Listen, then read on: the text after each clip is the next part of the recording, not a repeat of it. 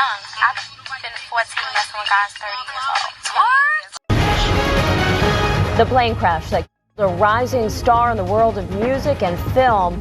Reaction today after Aaliyah and 8 others were killed when their plane went down.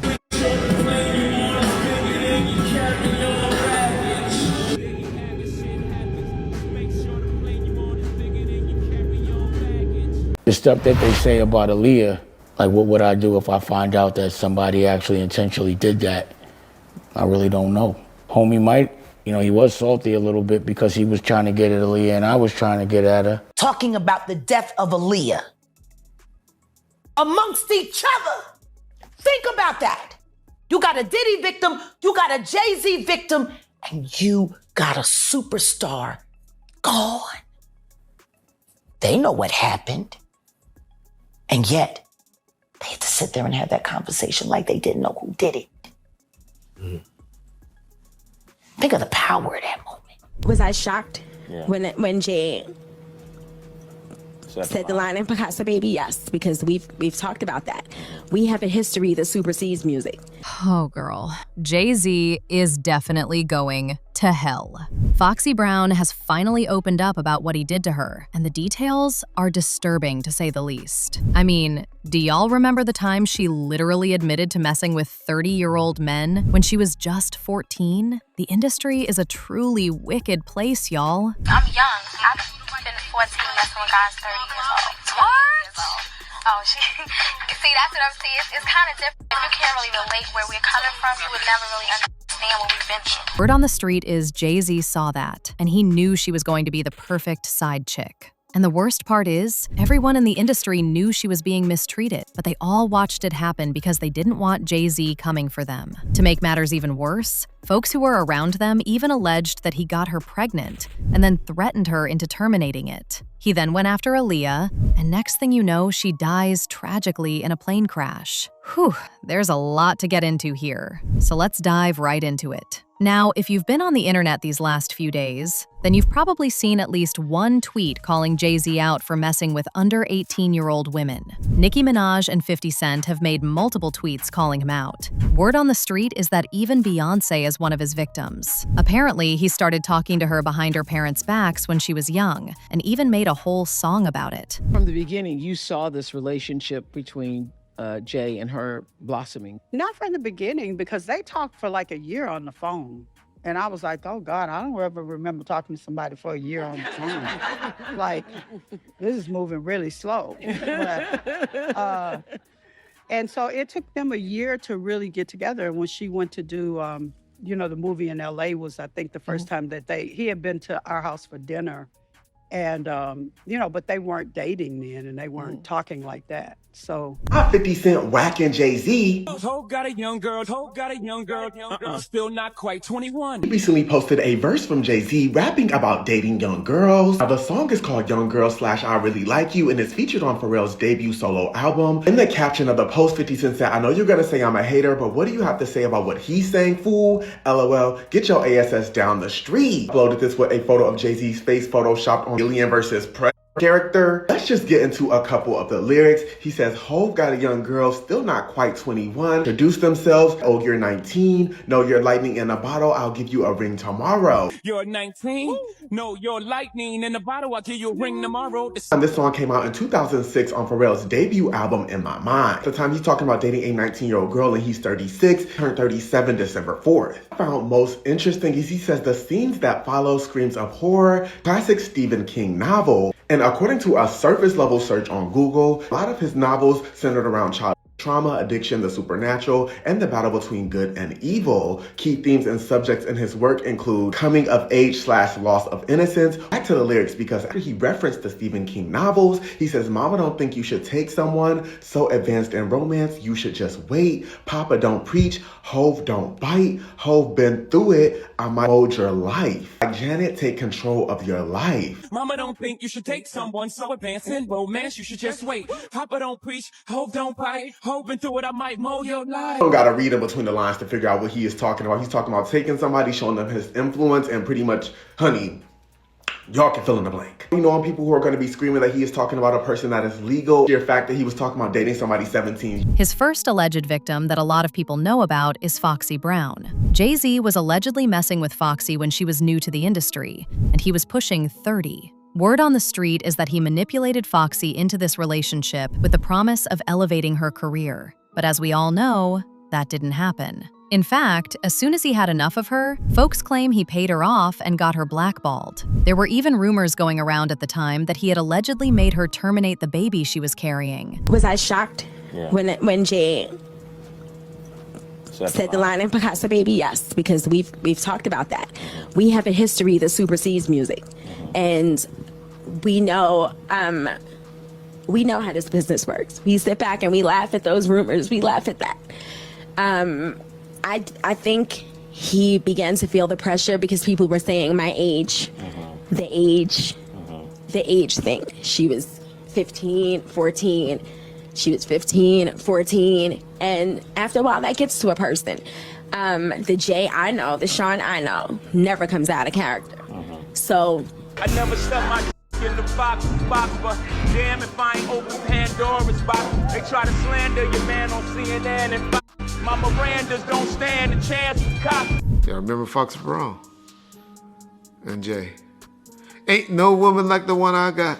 No one could love you bad. And if this was somehow not enough proof that something happened, wait till you hear what Foxy said a few months ago. So basically, people were pressing her about her and Jay's rumored relationship, and she decided to seemingly confirm the rumors by posting this screenshot of her DMs with someone telling them about how she has had to keep her mouth shut all these years so she can remain alive. She said, "My story will shock you to your core. I don't play victim, but I had to step away for a minute for my sanity, or I would have been dead." It sounds like Foxy had a lot to say, but she was holding back from really spilling the tea. Anyway, as I said before, she wasn't the only one. Aaliyah was also another victim, but unfortunately for her, she didn't live long enough to tell the story. These rumors were fueled by Jay-Z's ex-friend Dame Dash, when he revealed that back when he was in a relationship with Aaliyah, Jay-Z tried to go behind his back to get into his own situation with Aaliyah, but she wasn't having none of that. Now, what made the Aaliyah and R. Kelly situation even more disturbing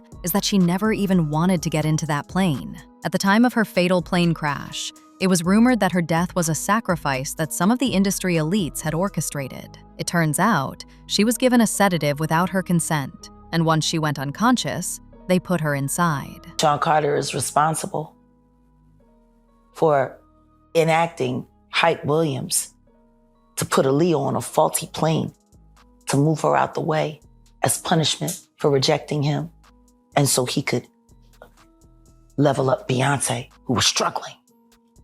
She didn't choose to get on that plane.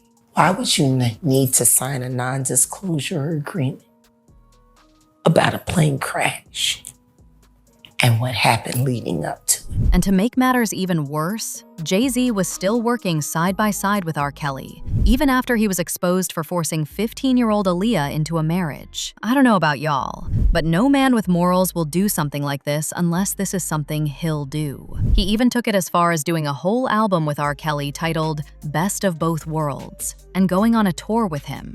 But get this, while they were on tour, Jay-Z allegedly tried to unalive R. Kelly because Kelly was threatening to expose him to as an accomplice if he ended up getting imprisoned. At least that's what folks said at the time. Not me. Let's get that very clear, okay? Anyway, so what happened was, just a few weeks into the tour, things got messy at Madison Square Garden when R. Kelly suddenly walked off stage, claiming that there were men in the crowd with firearms targeted at him.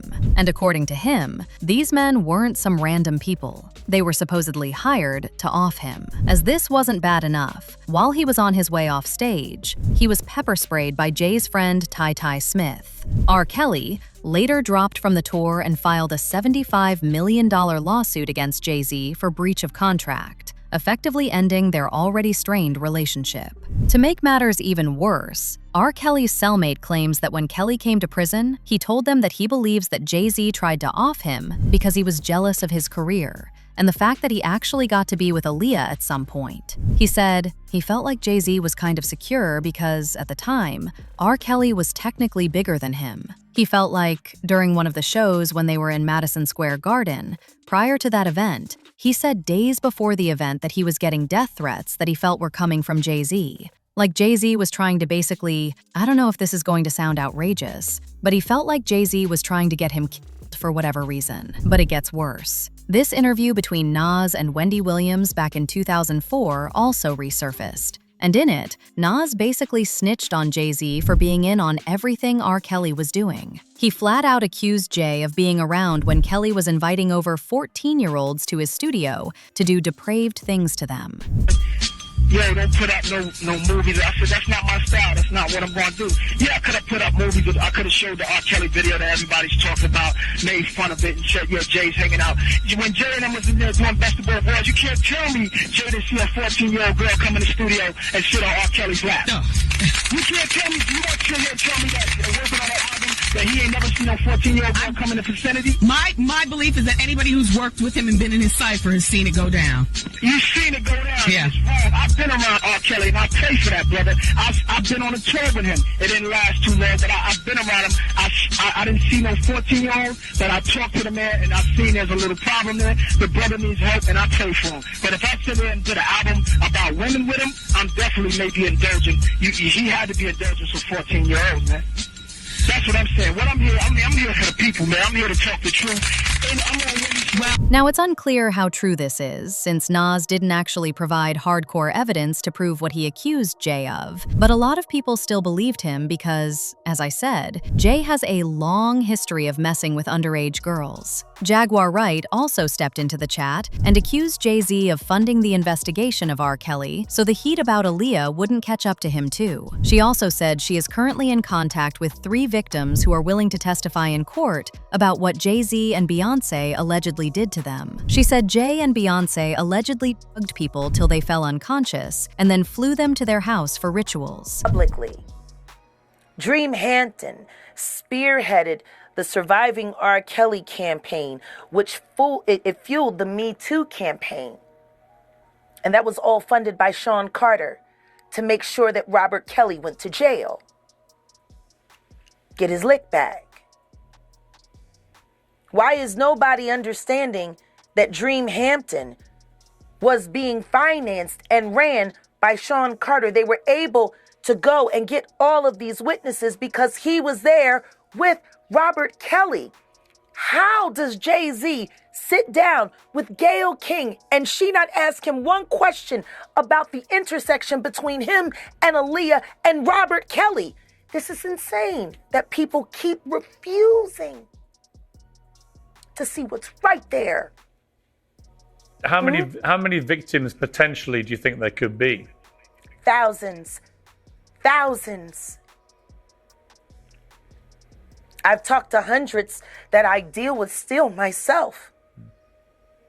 I have 3 victims right now who are willing to give testimony about not only what Mr. Carter has done to them, but his wife as well.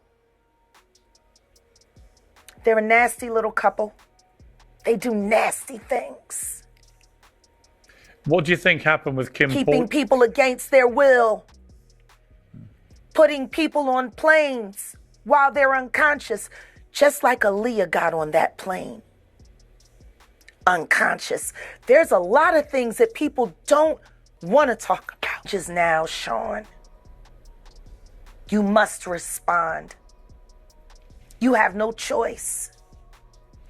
Harvey Weinstein, Jeffrey Epstein, Robert Kelly, Sean Combs have one person in common, professionally and privately. Sean Carter. This has been a fist of tyranny that has been punching through our culture and our society for decades. It must stop. There's clearly a lot more to this whole Jay-Z, Foxy Brown, and Aaliyah triangle than we've been told. And if the rumors about Jay-Z doing these crazy things are true, then it's not going to be long before we know exactly what happened. In the meantime, people had their own thoughts. Like this person who said, "The amount of grown adult men who were fighting over Aaliyah was terrifying. Jay-Z doesn't get enough criticism for how predatory he was and is." Another person said, "That crash should not have happened. They should not have gotten on that plane. Taking Aaliyah on the plane, especially while she was asleep, was wrong." But now I want to know your thoughts. What do you think about Jay-Z allegedly being involved in the death of Aaliyah? And do you think Foxy was also a victim? Let me know your thoughts in the comment section below. And don't forget to click here to watch his other very messy video.